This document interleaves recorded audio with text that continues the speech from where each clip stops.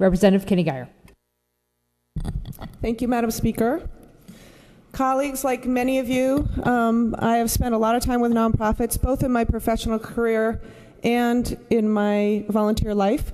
And I've really enjoyed my involvement, have felt like there's been a lot of impact in the community, both from the staff, from the volunteer board members, from the volunteer program people, and the nonprofit sector is a huge piece of why our society progresses, takes care of the environment, takes care of families, promotes the arts. But unfortunately, there are a minority of them that do not follow best practices, do not exemplify the best professional management. And this bill is targeted at those nonprofits that spend 30% of their funds or less on program services, averaged over the last 3 years. House Bill 2068 deals with empowers the Attorney General to disqualify these groups from receiving donations that are tax deductible for the state income tax and from claiming a property tax exemption in Oregon. The bill requires disqualified organizations to disclose to consumers that contributions are not deductible for state income tax purposes. It allows enforcement under the Unlawful Trade Practices Act by the Oregon Department of Justice. The bill does not change the reporting requirements to DOJ that charitable organizations already are required to do, and it doesn't ask DOJ to do additional analyses of these reports because DOJ already compiles program expenditure data as part of its annual 20 Worst Charities publication.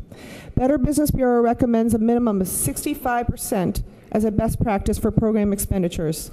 Last year's 20 Worst Charities list spotlighted organizations spending less than 25% of funds on program services. This bill, which is supported by the Nonprofit Association of Oregon, hits only charities that are clearly abusing their nonprofit status.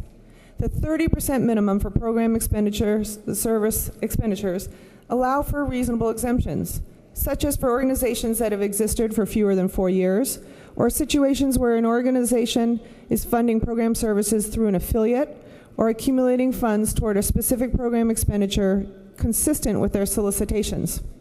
The bill only covers charitable organizations which are required to file an annual report with the Attorney General. Under ORS 128.640, religious organizations are exempt from this requirement and thus are not covered in the bill. The committee added a provision to this bill eliminating the property tax exemption for a charitable organization that is disqualified by order of the Attorney General.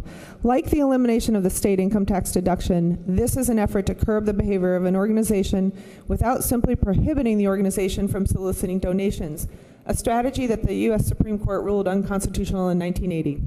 This has limited revenue impact, minimal fiscal impact, had unanimous support for the amended bill in the Consumer Protection and Government Efficiency Committee, and I urge your aye vote. Thank you, Representative. Further discussion? Seeing none, Representative, would you like to close? Thank you. She does not. Those who are of the opinion the bill should pass will vote aye. Those opposed, no. Clerk will open the voting system.